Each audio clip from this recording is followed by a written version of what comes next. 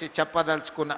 మిత్రులారా, ఈనాడు మీకు అందరికీ తెలుసు, భూపాలపల్లి అనేది ఒక చిన్న కుగ్రామంగా 500-600 జనాభాతో మొదలయ్యి ఆనాడు అన్న పెద్దలు నందమూరి తారక రామారావు గారు మొట్టమొదట ఈ భూపాలపల్లిని మండల కేంద్రంగా మార్చి మొట్టమొదటి పునాది రాయి ఈ ప్రాంతంలో సింగరేణి బొగ్గు ఉత్పత్తికి ఆనాడు పెద్దలు ఎన్టీ రామారావు గారు ఇక్కడ పునాది వేయడం జరిగింది.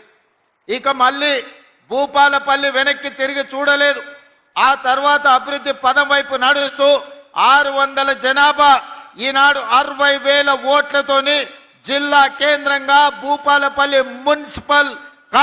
మున్సిపాలిటీగా ఈరోజు రాష్ట్రానికే వన్నె తెచ్చే ప్రాంతంగా అభివృద్ధి చెందింది. ఈనాడు మన కళ్ళ ముందల్లే చిన్న గ్రామం నుంచి జిల్లా కేంద్రంగా భూపాలపల్లి అభివృద్ధి చెందింది అనంటే ఆనాడు కాంగ్రెస్ పార్టీ చేసిన అభివృద్ధి ఈరోజు ఈ ప్రాంతం అభివృద్ధికి కారణమైంది.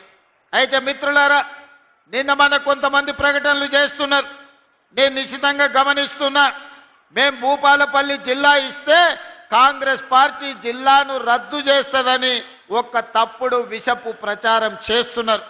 ఈ వేదిక మీద నుంచి మీడియా మిత్రులకు 4 కోట్ల తెలంగాణ ప్రజలకు నేను స్పష్టంగా చెప్పదలుచుకున్నా, ఏ జిల్లాలను తొలగించడం కానీ కొత్త జిల్లాలను ఇచ్చే ఆలోచన కానీ ప్రభుత్వ పరిధిలో పరిశీలనలు లేదు.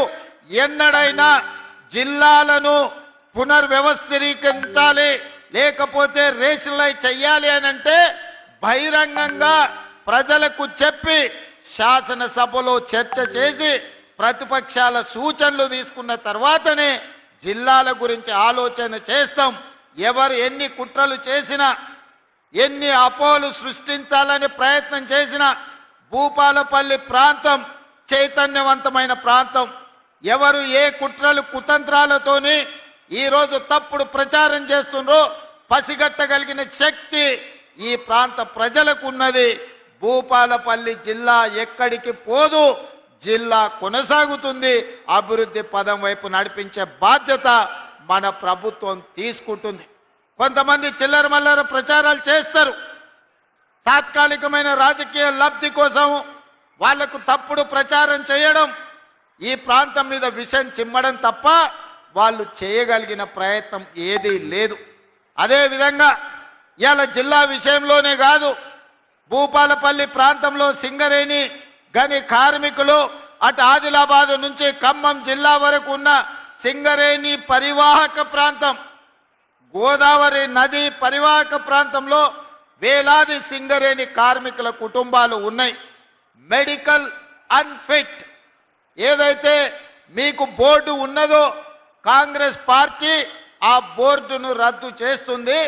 భవిష్యత్తులో సింగరేణి కార్మికులకు వాళ్ళ వారసత్వ ఉద్యోగాలు కానీ మెడికల్ బోర్డు ఇచ్చే అన్ఫిట్ సర్టిఫికెట్తోని వాళ్ళ కుటుంబ సభ్యులకు వచ్చే ఉపాధి అవకాశాలు పోతాయి. మిమ్మల్ని కాంగ్రెస్ పార్టీ మోసం చేస్తుందని కొంతమంది తప్పుడు ప్రచారం, విషపు ప్రచారం చేస్తున్నారు. అసలు ఈ ఆలోచన ఎక్కడి నుంచి వచ్చిందో, ఈ అవసరం ఎవరికి ఉన్నదో నాకైతే అర్థం కాలేదు.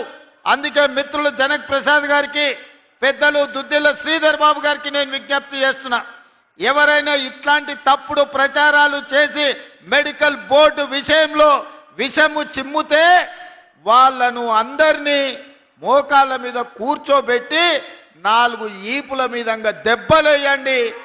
ఎందుకు అనంటే ఆ ఆలోచననే ప్రభుత్వ పరిశీలనలో లేదు.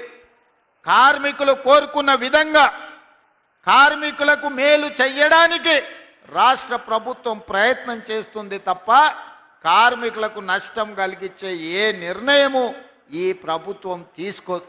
ఇవాళ ప్రజా ప్రభుత్వం అధికారంలోకి వచ్చిందంటే సింగరేణి బొగ్గు గని కార్మికులు నిండు మనసుతో పనిచేయడమే కాదు, మీరు గుండెల నిండా ఊపిరి పీల్చుకొని భుజాల మీద కాంగ్రెస్ పార్టీ జెండాను మోసిండ్రు కాబట్టి ఈరోజు ప్రజా ప్రభుత్వం అధికారంలో ఉన్నది. ఈ ప్రభుత్వం మీది, మీ సమస్యల్ని పరిష్కరించే బాధ్యత ఈ ప్రభుత్వం తీసుకుంటుంది తప్ప కార్మికులకు నష్టం